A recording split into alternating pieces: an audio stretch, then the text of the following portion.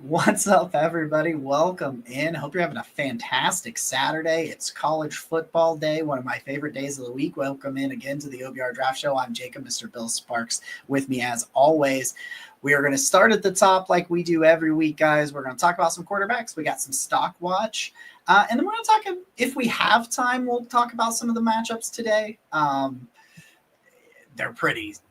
It's a pretty big slate today, Bill. It's stacked top to bottom. We talked about it, man, earlier when we were texting before the episode started. There is a legitimate chance of you starting at 11 a.m. with Texas Tech, Utah. You go to 3:30 with Auburn, Oklahoma.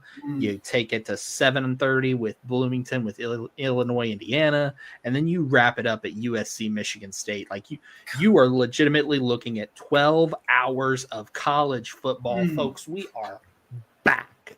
Heavy hitting. It's not FBS versus FCS. We're getting in conference. We got multiple top 25 matchups. That Illinois-Indiana game.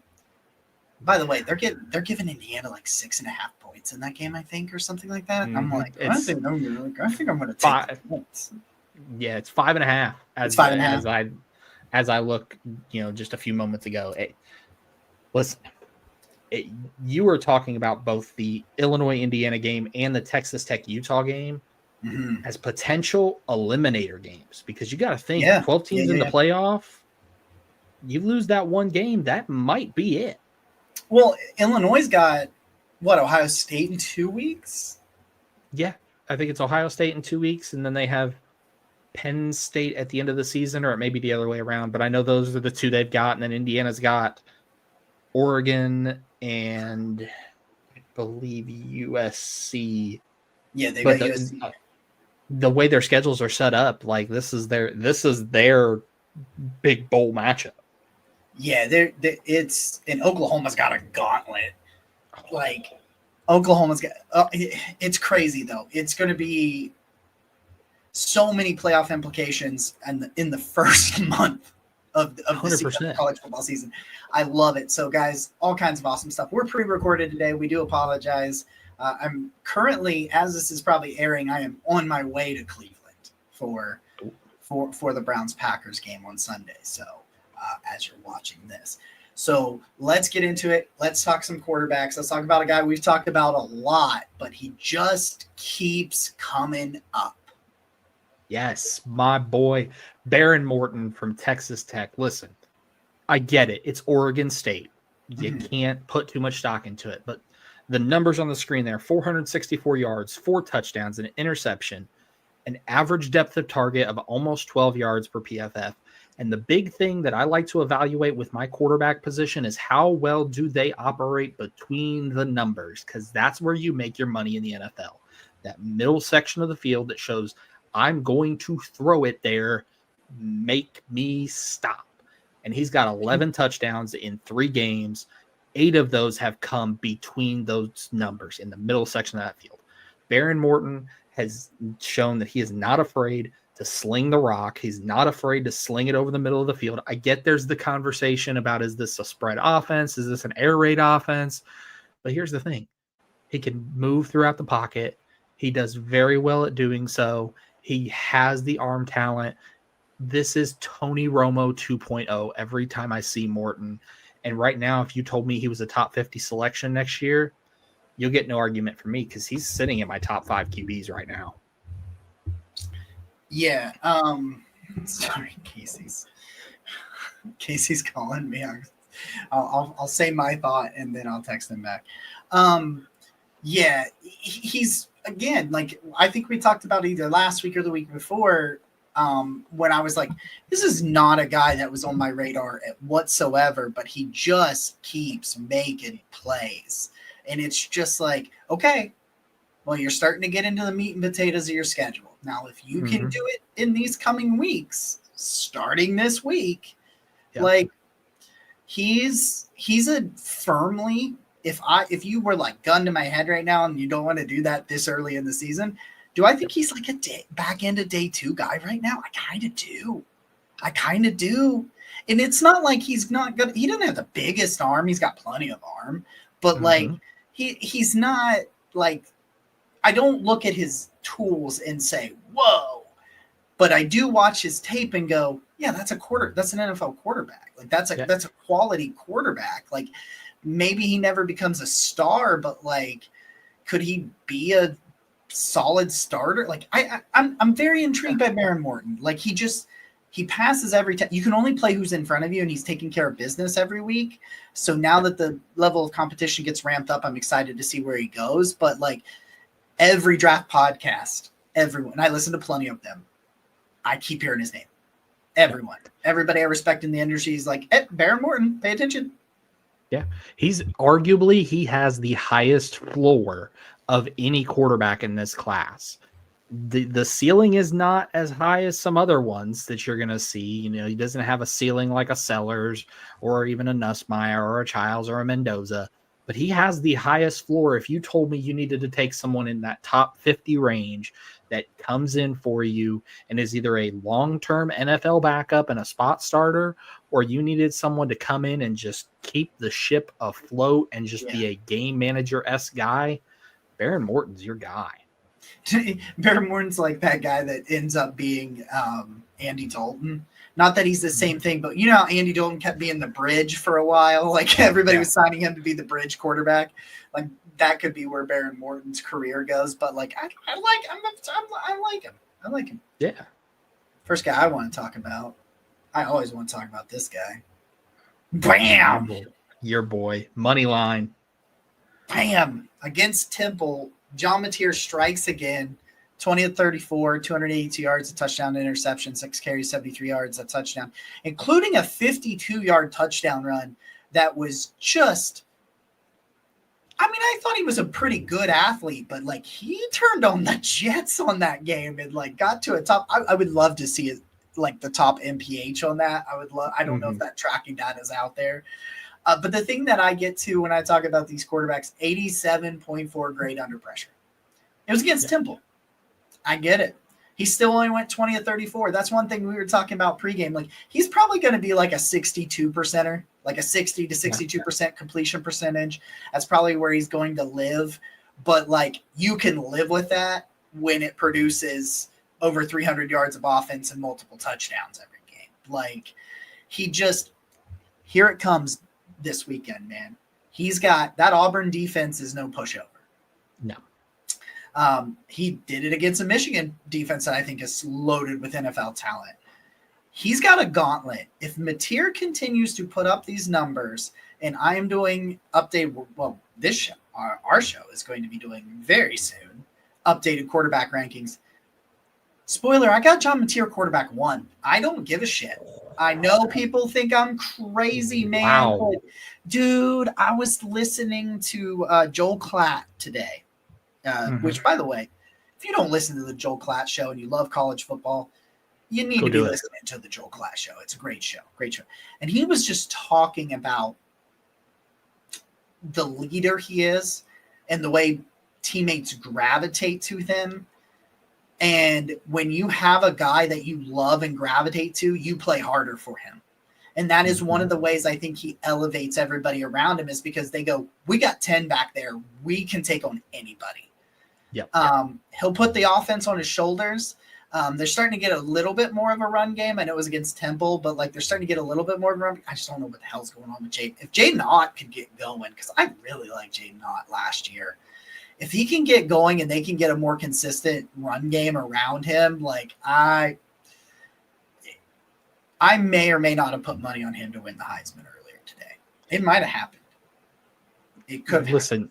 Listen, I get it. I see everything. And you and I, before we came on the air, I talked about it. My comp for him stylistically is Steve McNair light, man. Like Steve McNair had the flamethrower. He had the athletic, the improvisational skills. My biggest concern with John Mateer, and you and I have talked about it off stage, backstage, is that he elevates, but in the way that he elevates, it requires 50 to 55 touches a game. And at his size, that's detrimental to his career. Because yes, they got 10 back there and 10's a gamer. But at a certain point, so many of these hits to 10, it's going to crumble. And there's going to be something, and I don't wish that on anybody, but you are right. This Auburn game coming up today is going to be huge, especially against Keldrick Falk along that defensive line. Listen, far be it for me to disagree, but I got to say, if he runs this gauntlet, Oklahoma's getting another Heisman. Ooh. And it's easy to do the Baker Mayfield comparison because of the Oklahoma thing. But in terms of people gravitating to him, it's Baker-esque to me. Yes. That is what I've heard from Joel Klatt and from other people, close to the program. Jim Nagy's pretty much alluded to it as well. In terms of it being like, we believe in that guy. It's on that level. And that's just the guy I want to go to battle with, I guess, at quarterback. So that's where I'm at on John Mateer. Who we got on the air next? Oh boy. So listen. So I know he's your boy. I know you're driving the Nuss bus, but It's have lost got a few tires. it. Yeah, there's a few spares on this Nuss bus because that Florida performance was concerning. You look at his deep ball completion percentage, 31% on the deep ball, which was said to be a strength for him. He looked good in the first week throwing the deep ball. He was awesome. And then it fell apart. And my other concern, when he's kept clean, so he's not blitzed, there's no pressure, so everything is working. He's thrown 2 interceptions and 3 turnover-worthy plays this season. He is putting the ball in harm's way when he's not under pressure. And we said it. Garrett Nussmeier, this awesome processor, this guy who's not going to make those stupid mistakes. He's above all that. And what does he do against Florida? Makes the stupid mistake. If DJ Lagway didn't poop down his leg, you might have lost that game. Yeah. Like that's and the problem is with Nussmeier, the outlier size that I've talked about, the knee tendonitis and now an oblique strain issue, the fact that he doesn't have a top level arm. You and I have talked about it. It's like a B to B plus arm. He hangs his hat on the fact that he's an elite processor that doesn't make mistakes. And right now he's showing cracks of those mistakes starting to eke through a little bit. And I'm not okay with that because this is a guy that if you take that away from him, what do you got? Yeah, because you don't. The thing about it is he looks at the beginning of the year, specifically week 1 and even a little bit into week 2, because really it's especially the second half of week 2 is when it really kind of went off the rails. But you look at the beginning of it and it looked like a guy that had taken a step forward. Now he looks like the guy he was at the end of last year, who was kind of a little anxious, was kind of a guy that like you could tell, oh, that's a first year starter. Like I see these issues, and all of a sudden it's like it's not to the level of Cade Klubnik, but where Klubnik just regressed to who he was at the beginning of last year. With Nuss, it's like, I heard Corey Kinnon on Daft on Draft, which if you don't check out Daft on Draft, you need to. Because if you're a sicko watching this show, we love you. Thank you for being here. But you should be also listening to them. He was talking about, he's got a high floor and people are going to bet on Nussmeier's floor. But I'm having serious questions about how high the ceiling is. And he's got it. Hey, he's in the SEC. He's got more than enough chances coming up to prove that I was originally right about it. But right now I'm concerned about it. 100%. You know what I see when I see Nussmeier? It's the same thing I see with Arch. It's the same thing I see with Cade. I see that these guys were given these lofty expectations and they're pressing. Yep. They are just pressing and trying to be Heisman candidates. And it's so weird because you see that and then you look over at John Mateer, who's got the same expectations, and he's just saying, dude, F it. I'm just going to play. I'm just going to ball. And Dante Moore's doing the same thing in Oregon. So don't mince words there either. They're just saying, F it. If it works, it works. It doesn't, it doesn't. Exactly. If it works, it works. If it doesn't, okay. We'll go. Yeah. Hoping for the Nuss bus to bounce back, but it's been a little rough. Carson Beck is back, baby. Oh, back. That is right. I said it. Suck it. Carson Beck is back. And listen, I'm not the only one to say it. NFL Stock Exchange has talked about it. Todd McShay has talked about it. Mm-hmm. Again, USF,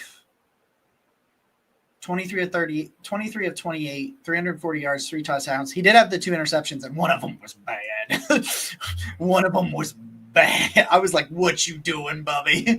What are you doing? That one was 2024 Carson Beck was who that was. Yes, He was like, that was like week 1, 2024 Carson Beck bad. Like there was no justifying that interception. You can't tell me any otherwise. You can't be like, who you looking at? There's 2 versions of Carson Beck. There's Carson Beck and there's Bizarro Carson Beck. That interception was Bizarro Carson Beck. 100%. I complained early in the year that in the first couple of games leading into this USF game, one thing, not that I complained about, but one thing that even I, as a Carson Beck truther, was a little concerned about was his average depth of target was about 7.5, 7.2, which if you look at like John Mateer and Fernando Mendoza and even Garrett Nussmeier and Drew Aller and stuff, those guys are closer to 9, 10 yards average depth of target. So you can tell that he's throwing a lot more short, quick, some screens, things like that. In this game, his average depth of target was 12.3. So they took the kid club. And then I texted you this because I thought it was bizarre as hell. I'm like, do you remember him running any designed runs at Georgia? You're like, I don't, not. He ran multiple designed runs. He had a touchdown and a first down, 5 carries for 32 yards. So I knew he was a good athlete, but I didn't think he was like a 32 yards on 5 carries and he had like an 11-yard first down run. And last year he had like a 30 passing grade under pressure rate, a 67.9, which is pretty good for under pressure. Just because you know when you're under pressure, everybody's going to be a lot worse. And he had a couple of throws, and you talked about this. You're like, you're still worrying about with the elbow surgery and stuff. There's this throw. I meant to text it to you so you know exactly what I was talking about. Very early in the game where he's got pressure up the middle, and he's kind of duck-footed on both feet, and he turns and fires it outside the numbers on the right-hand side, and it's kind of double coverage, and it probably wouldn't have been a great idea in the NFL. But he got it out there, and that made me go, okay, maybe the arm's coming back. Listen, when he was at his best in 2023, this was a guy, rhythm and timing passer. Good arm, good brain, good mobility, trusts his wide receivers. All of a sudden, they're not dropping passes for him again, and all of a sudden, he's not making stupid decisions. I think he's a Kevin Stefanski kind of quarterback because of the rhythm and timing, right place, right time, good accuracy, good arm, not elite necessarily physical tools, but really good tools. And man, he's got some games. He's got Florida. It's Florida this week, doesn't he? Miami's he's got Florida. Yeah, Florida at 7:30. But you know, there's some opponents coming up that he's going to have to keep doing it. But like, we need to start having the conversation about Carson Beck again because I think it's a real chance that he's bouncing back. 100%. With Beck, come talk to me in 2 weeks because he's got Florida tonight at 7:30, and then he's got Florida State on the road at Tallahassee next week. If he passes those tests, then I will be on that Carson Beck train. But for me, my biggest thing, and you talked about it, we texted about it, they've got to let him use his legs because when he uses his legs, he actually is effective.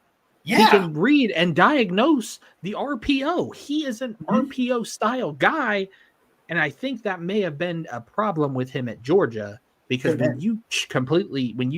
it's the Spencer Rattler conversation from when he went to Oklahoma to South Carolina and they said, stay in this box, don't leave it. Carson Beck, stay in this box, don't use your running ability. Miami said, hey, if it works, it works. Look at the numbers. It works. And that, Miami's a real contender in my mind because that defense is nasty. 100% with my number 1 overall player at edge and Ruben Bain Jr. I got a top 5 player to plant a flag on coming up later in the show. Ooh, I decided it on my drive home. That's right.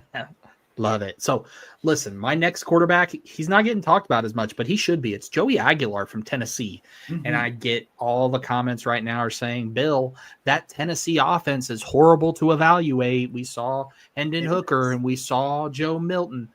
It's actually really been revamped this season under Heupel. There's actually some NFL-based concepts in it.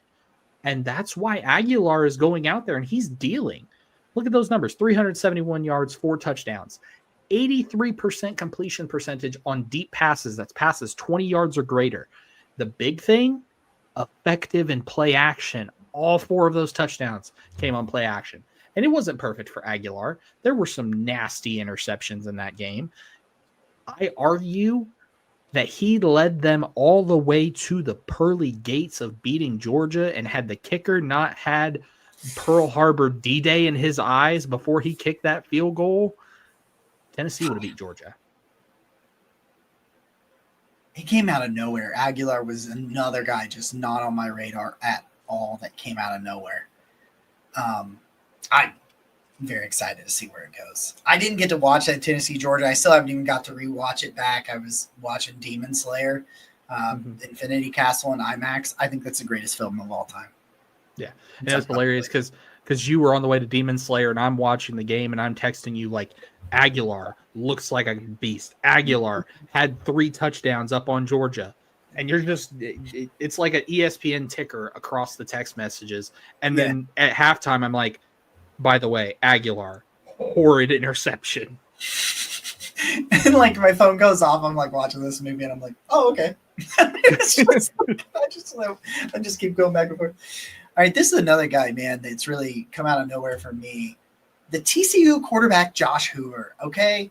Like I kept hearing him mentioned on some podcasts and stuff. I'm like, I can get my eyes on this guy. So against Abilene Christian, 21-27, 337 yards, 4 touchdowns, 81.8 passing grade, and an average depth of target of 13.3.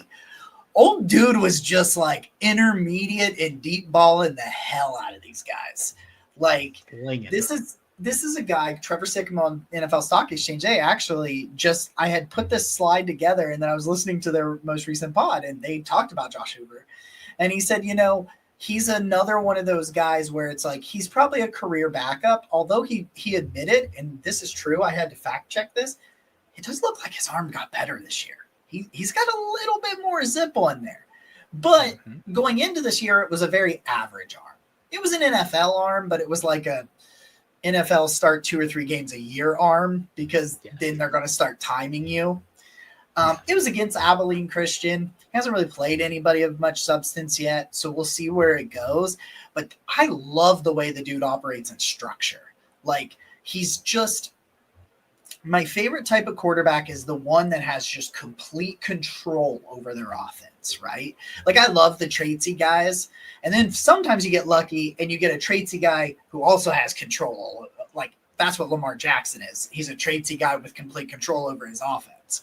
Bingo. Freak. He's a freak is what he is. But Hoover's just like calm, cool, collected. He's probably like a 4th, 5th round guy that you Dylan Gabriel it, and you're like, boom, backup quarterback on the rookie contract. But pay attention to Josh Hoover. I just had an interesting week. Very interesting player. Yeah, and he's got SMU on the docket today. Big matchup for him. And you and I talked about it before we kicked the show off. I see a lot of Andy Dalton in Josh Hoover. And if you told me he had an Andy Dalton type of career where he does some average to above average things for your team, and then he goes on and signs to be a bridge, and then a bridge, and then a bridge, and a bridge, and a bridge, and a bridge, and a bridge, and a bridge. Is he's still there, isn't he? Yeah, he's still in Carolina as a bridge. He's a bridge. Whenever they need him. Exactly. So my next quarterback, listen. I'd be remiss if we didn't talk about him. But it's time to push Arch into 2027. It has to be done. At this point, the ship has sailed. We're done. Against UTEP, it was horrific to the point where Texas fans were booing him off the field. And listen, again, Todd McShay, another one of the draft podcasts. We appreciate you guys coming to listen to us talk and ramble. But guys like Corey Kinnan and even Todd McShay, he mentioned this. Arch is pressing. Arch Yeah, has feel bad. all of that. He has all the weight on his shoulders, and it's starting to crumble, and you see it in the numbers. 33% completion percentage on any pass that goes beyond the line of scrimmage. That is a guy that just cannot. 1+1 is not equaling 2 because he's trying to press and he's not flowing with the offense. He's trying to work upstream. At this point, 2027 is when we see Arch from now on. Anytime you see the Manning on the back of that jersey, just go out there and hope that he has a good game. Beyond that, don't think he's coming out in the draft. Don't think he's going to be a number 1 overall pick or a Heisman candidate, because at this point, the expectation is just have to completely be reset on Arch Manning. He's just so mentally burned right now. Like, Mm-hmm. he just doesn't look like he believes in himself. And he's got the talent. He really does. He just does not mentally look right. And yeah, I'm really pulling for him now because he's getting a lot of like nasty things said about him that's just far unjustified in my opinion. But I feel for the kid. Where are we at now? Oh, it's time for stock watch. Ooh. And if you told me right now to rank Spencer Fano, the right tackle from Utah, as an overall prospect, I would tell you top 5. I would tell you that I don't have that made right now. It's a little early for me. We're about a month into the season. We're going to start doing actual early positional rankings. So I'll start doing a top 50 and a top 75 and everything that comes with it here very soon. But if you asked me to do it right now, I would tell you that Spencer Fano is in the top 5. What do you got? 8. Number 8. So you're not far behind me. I might even put him higher than 5. I don't know. I just wanted to flag plant it. Versus Wyoming. Here's the thing. I thought coming into this year, I'm like, he's such a great run blocker and a decent pass blocker. I wonder if he can get better. He's been a better pass blocker than a run blocker this year. Somehow. Yeah. Somehow, I don't know. 84.2 pass blocking grade against this. When I say the thing I say next is going to be interesting. It's not that he hasn't allowed a sack in 3 games or a hit in 3 games. He has allowed exactly 0 pressures through 3 games. Not a single pressure.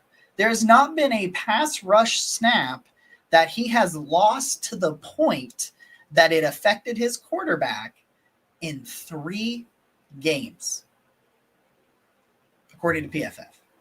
Maybe someone else has a pressure on him, but I have 0. But in 3 games, he's got 65.6 run blocking grade. I think he's been better than that from what I've seen. But I do think that some of his 2024 tape, he was a little bit better as a run blocker. I'm really interested to understand kind of why that is. But if you told me right now that the Browns season goes off the rails, which is a totally possible thing. Yes. And you said they had the first pick and the 5th pick, and they took a quarterback. Who knows which quarterback that'll be? I'm not even going to say that. And then at 5, they took Spencer Fano. I wouldn't even know who their 2nd round pick, because it would kill me. I'd be so happy. Yeah. I mean, there's a couple other tackles I'd be fine with too, but like that's right. Where I am early season with the Utah right tackle. I just think he's just so freaking good. Mm-hmm. Every time I see him, man, I see Christian Darrisaw. Every time I look at him and I see Christian Darrisaw, exactly that, a guy who I said is going to be a NFL caliber run blocker, needs to work on his pass blocking a little bit, and he has said, "Bet, hold my beer, because now I'm going to be an elite level pass blocker," and he gets that. Listen, he's my offensive tackle number 3 behind his left tackle running mate Caleb Lomu and CC Maui Noah from Miami. But listen, if you told me he went top 10, I'm not going to argue it. You told me he goes top 5, I won't argue it. Some good offensive linemen, brother. It's a good year needed to rebuild your entire freaking offensive line. Mm-hmm. Ta-da! Listen. Tennessee wide receivers. I know Browns fans are probably shocked and triggered by that.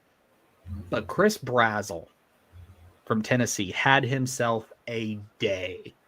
Because first off, we also have to talk about this dude is 6'5", 200 pounds. Probably is going to run somewhere in the 4.4s. By the way, his father was a 9-year pro in the NFL, so there's the NFL bloodlines. And on top of that, dude just separates like no other. He explodes through separation. You look at that receiving grade on deep passes, so that 20 yards or greater, almost 97 PFF grade. PFF only goes to 100. That's just, and then averaging 18. I think that sounds good. That sounds good to me. Yeah.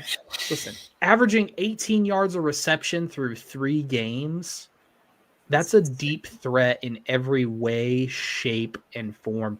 And then also, by the way, if him being 6'5", having NFL bloodlines, and a deep threat wasn't enough for you, the dude seeks contact as a run blocker and wants to hit people.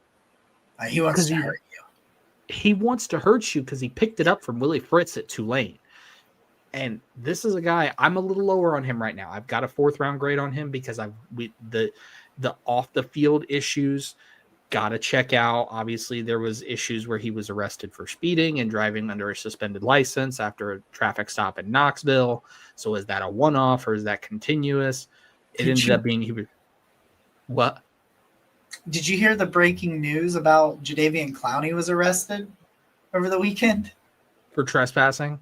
Yeah, because he parked in a parking lot. They said you can't park here, and he kept parking there. So he got arrested for it. I hate to say it, but that's just a Cowboys signing through and through. That's just a Dallas signing. That's one of the stupidest thing ever. It's like, just move your car, dude. But I mean, look, against Georgia, right? So this is Georgia Bulldogs. I know they don't have the best secondary talent like they've had in years past. Oh no, they got 6 catches. Corners. They do. That they do. But when you get 6 catches for 177 yards and 3 touchdowns against Georgia, that's not just a stock up. That is a stock through the roof. I'm with you. I'm with you on another guy. I'm like, okay, another guy that's entered the conversation. We talked about this. Corey Kinnan talked about this. A lot of people talk about this list. This wide receiver group is a lot better than we thought coming out of summer. I mean, I'm about to hit you with 2 wide receivers, and I told Bill I could have done all 5 of my stock watch players as wide receivers because that's where I think this class has trended through 3 weeks. I'm very, very excited about that. Jordan Tyson, man, running back, quarterback, wide receiver. Wide receiver, the thing he actually is.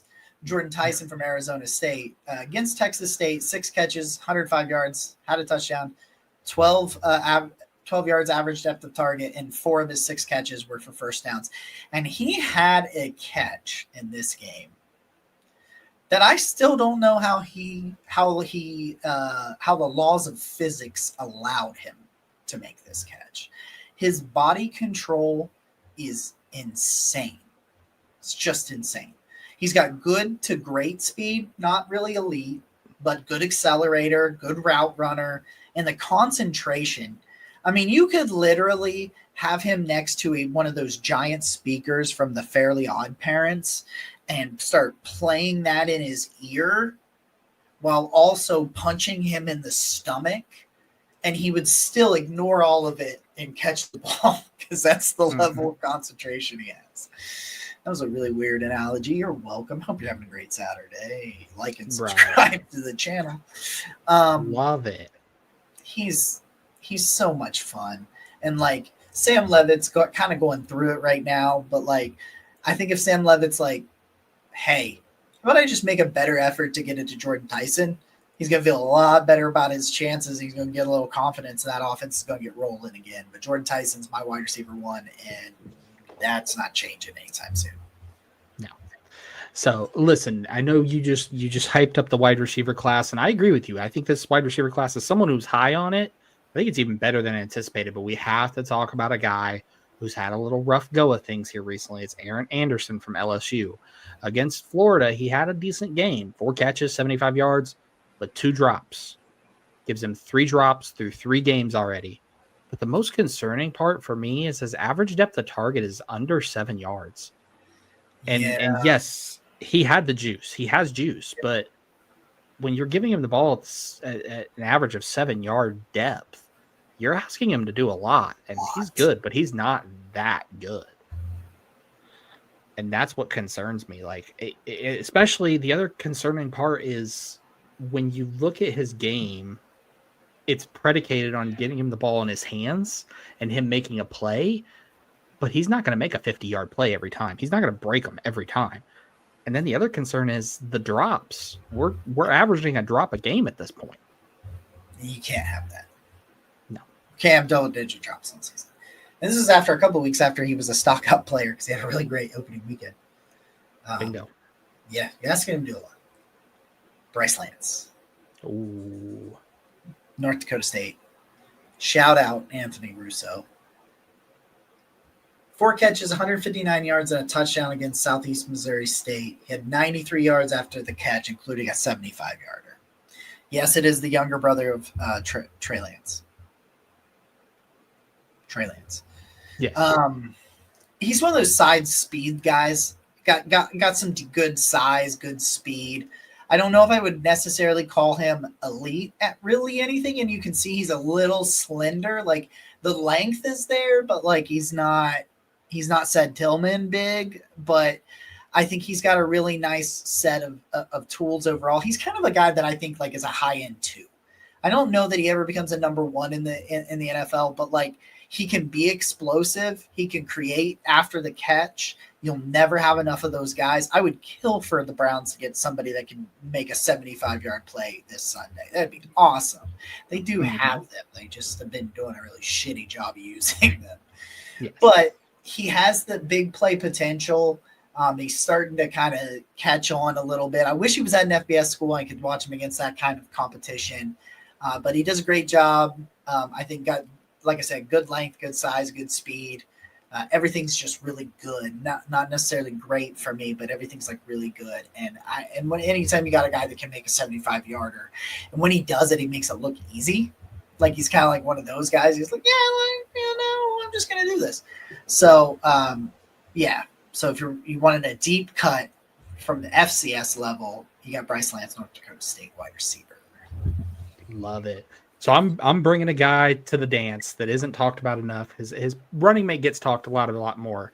Bishop Fitzgerald from USC. Everybody talks about Kamari Ramsey on the opposite side, but listen, against Purdue, 6 tackles, 2 interceptions, a 93.8 PFF defense grade, and 4 stops. And what PFF defines as a stop is it's basically a failure for the offense.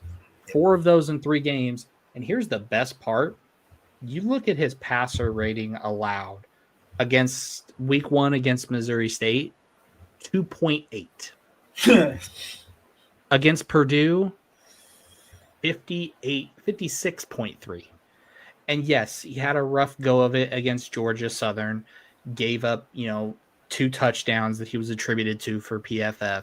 So there is some growing pains there.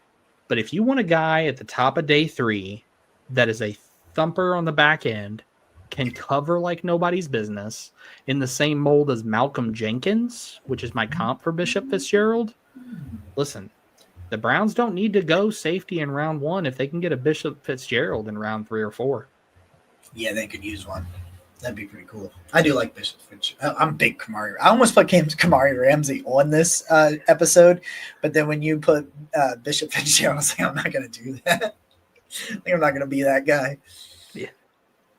I got a stock I'm not so sure about. And that's one of my favorite tackles going into this year, Isaiah World at Oregon. He transfers in from Nevada where he was really good. 56.9 pass blocking grade this week against Northwestern, 59.8 run blocking grade against Northwestern. But I will say he was still effective. He didn't allow any quarterback pressures in this game.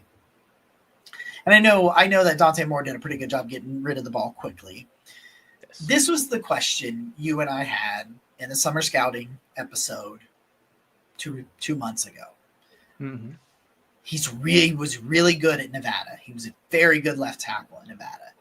Now he's going into a new world. He's going into the Big Ten. And in his first Big Ten game, he was just kind of like, because when you think about 59s, and I know that's like on a 100-point scale, it seems really bad. It's close to being average. It's close to being acceptable. It's under it. It is below average. That is a below average number. It's not quite as bad as if you got that, as if you would have got a 56 on your math test in high school. Right. But it is below average. So he's a guy that I'm not like down on, but I'm just kind of like, this is what I was worried about. And so now it's like, now I got to watch this even closer. Where like I just think the step up in competition and the step up in speed that he is facing, I'm not sure he's up for it. So I'm a little concerned about that. He was a round one guy for me, and if this keeps up, he's not going to be close to that. But yeah, so Isaiah World, the left tackle from Oregon, not really a stock down, but like a slight stock down. I'll say slight. Yes. And the thing is too with World that, I wasn't high on him because my concern was just exactly as we talked about. How was he going to do in that step up to competition? And yes, it's Northwestern, right? So it is Big Ten competition. They have a really good edge rusher, Anto Saka, very sawed off style guy, but it's also Northwestern. And he looks like this against Northwestern. When we get to Penn State in 2 weeks, they don't have Ohio State. Beaver. They don't. I think they have Penn State, and I'm going to pull up their schedule to make sure. They have Penn State and IU back to back. Ooh. And that's what concerns me because you're looking at Danai Dennis Sutton and Mikhail Kamara back to back. Danai Dennis Sutton's been really good. He has. And those two against World, it's got to get corrected in a hurry. I'm very concerned, yeah. Yeah. So listen, another player I'm concerned about, stock is down for me. It's Sawyer Robertson from Baylor. And I know that he's got a lot of love out there. But one of the things that I have said about Sawyer Robertson consistently is he's a big pocket. He's a big passer that doesn't have the arm. This is a big, tall guy, and he just doesn't have the arm. It's kind of a noodle. And my concern is in the NFL, you live on the intermediate stuff. So that's between 10 and 20 yards. That's where the NFL lives because you don't live on the deep ball. You don't live on the short stuff, the deke and dunk. It's in the middle. 33% completion, and his 2 interceptions against Samford came in that 10 to 20 yard range. 55% completion percentage of passes that went beyond the line of scrimmage. If this was against a TCU or a Texas Tech or a Utah, I could understand it. I could swallow it a little bit. Yep. We're talking Samford here, and we're putting up these numbers. It's a stock down for me for Sawyer Robertson, and I am concerned if I'm Baylor because if he continues to put up these type of games, it's going to be a rough go for them this year. Well, let's get back on my final guy, and he's a stock up. Are you ready? Let's do it. Bam! I got Logan Jones, the Iowa center. Look, against UMass, 77.5 pass blocking, 76 run blocking, no pressures. He's allowed the one pressure, which was a sack, I believe, on the season. Or he might have a couple pressures, but I know he's allowed one sack. This is a guy that maybe there's a little bit of size concerns. Like maybe just a little touch of size concerns. But in terms of like technique and like playing the position from a technical standpoint and just being like what you're understanding how to change protections at the line of scrimmage, when to pass blocks off to your guard and stuff. The little intricacies of the position, I think Logan Jones is fantastic. I think he's fantastic. He's not a mauler. You're not going to see him like shoving people 8 yards behind the line of scrimmage, but he's also not going to get blown back into the quarterback and blown back into the running back in the run game. He's above average in all of those things. I think that's about his ceiling. I don't think it goes higher. And I'm concerned about some of the size things, but he's just played really solid this year. And sometimes you're willing to take a chance on an outlier. The way he plays the position makes me want to take a chance on the outlier. Oh, yeah. 100%. Sometimes you can take the swing on the outlier when everything else looks really good.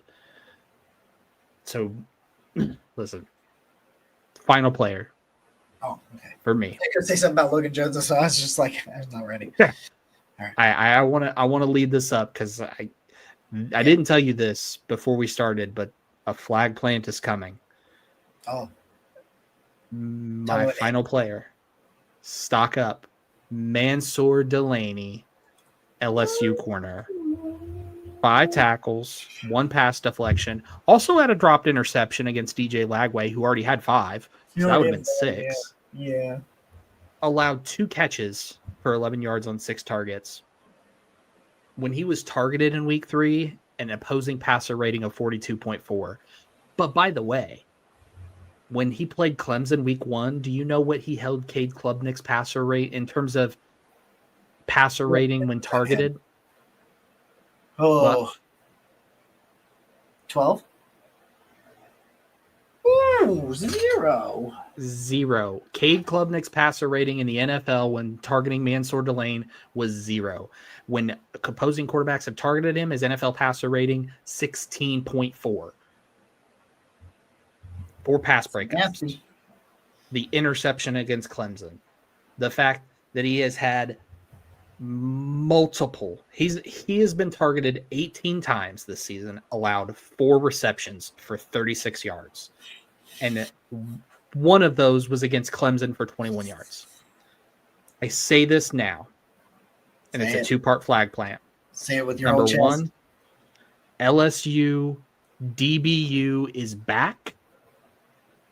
Number 2, Mansour Delane is cornerback 1 in the 2026 NFL draft. And I say it, and I mean it. He's there. He's at the top of my board.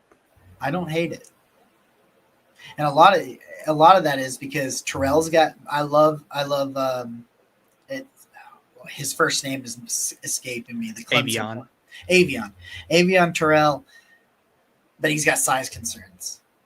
Yep. I love Jermon McCoy. Still hasn't made it back on the field yet. Yep. Malik Muhammad, size concerns. D'Angelo Pons, size concerns. Xavier Scott, size concerns. And he's going to miss the game against Indiana. Christian Gray looked exposed against Texas A&M. Takerio Davis, who has he really played? AJ Harris is probably the name you throw out there, maybe, from Penn State. Jermaine Matthews from Ohio State, but we're probably a year away from him. Yeah. This is Mansour Delane's job to lose because at 6 foot, 190 pounds, he does everything. When he changes direction, and I texted you about this earlier this week, when he changes direction, it looks like his cleats are like roller skates. He just whoop and whoop and whoop, and it's just seamless. And he plays with an aggression at the catch point to be able to attack a receiver's hands and not draw a flag. And the best part is, obviously, he's a Virginia Tech transfer. In Brent Pry's system when he was at Virginia Tech last year, it was very zone heavy. This year at LSU, it's very man heavy. He can play both. This is a guy you want a man corner? Check. Zone corner? Check. Press corner? Check. You want to use him as a deep nickel safety even, or a nickel corner? Check. I think you could be really nice at corner at like nickel blitzes too. Like you could line him with a nickel and just blitz him. It's a lost art Yeah. form. That was my favorite play growing up, by the way, on defense when I would play Madden. That was my trick. I was like the first guy to just every third down blitz my nickel corner. Yeah. People were not. They're like, he just runs the same damn thing. And they just run a hot route right to where the nickel corner is and just throw it over his head and just beat the crap out of me. We talked about it, man. Matchups, Michigan's got a Nebraska, right? Michigan's got Nebraska. Michigan, Nebraska is the big one. Iowa, Illinois, Indiana, yes, which is Auburn, Oklahoma. Interesting thing about that Auburn, Oklahoma, Jackson Arnold revenge game, maybe, but also R. Mason Thomas, the very talented pass rusher for Oklahoma. He is suspended for the first half of this game for a very interesting targeting call that was made in the second half of last week's game. And R. Mason Thomas is a problem. So they're going to be without him for the first half, and that makes that game even more interesting. Yeah. And I mean, we talked about it at length too, man. Texas Tech versus Utah. We have Caleb Lomu and Spencer Fano going against David Bailey and Romello Height. That is a teach tape game in terms of edge play versus offensive tackle play. And you look at some of these other games, man, like I talked about, there's a whole slate of games that you could start at 11 a.m. and watch games all afternoon long. You know, another big one, South Carolina versus Missouri. Lenoris Sellers is questionable, but by all accounts, he's going to go. Versus Bo Prabula. I hadn't seen it yet, so that's what I was about to ask you. I hadn't seen if he was going to give it a go or not. Yeah, by all accounts, he's going to give it a go on the road in Columbia against Bo Prabula, who right now, and I hate to say this for Penn State fans, they might have kept the wrong quarterback in Happy Valley. He's certainly starting the conversation. He certainly entered the conversation that we did not expect him to enter. Absolutely not. And I mean, there's so much going on this weekend, so much fun college football games, just absolute talent up and down the roster. Obviously, Michigan State against USC is going to be the nightcap at 11 p.m. You're going to see Aiden Childs versus Jaden Mayava. And I asked this question on another podcast, and I'll ask it here to our lovely folks who tuned in for us tonight. Is USC back? They're certainly trying. They've entered the conversation. USC has entered the chat, folks. Things are looking a lot different, man. Hey, we appreciate everybody for tuning in. Make sure you hit that subscribe button. Give us a little thumbs up. Hope you enjoy full college football. Hope they pull the upset on Sunday. My buddy who's a Packers fan is going to be there, so I'm not going to live it down in the group chat if they don't show up. So we'll see how that goes. Appreciate you guys. Love you guys. See you guys again next time, as always.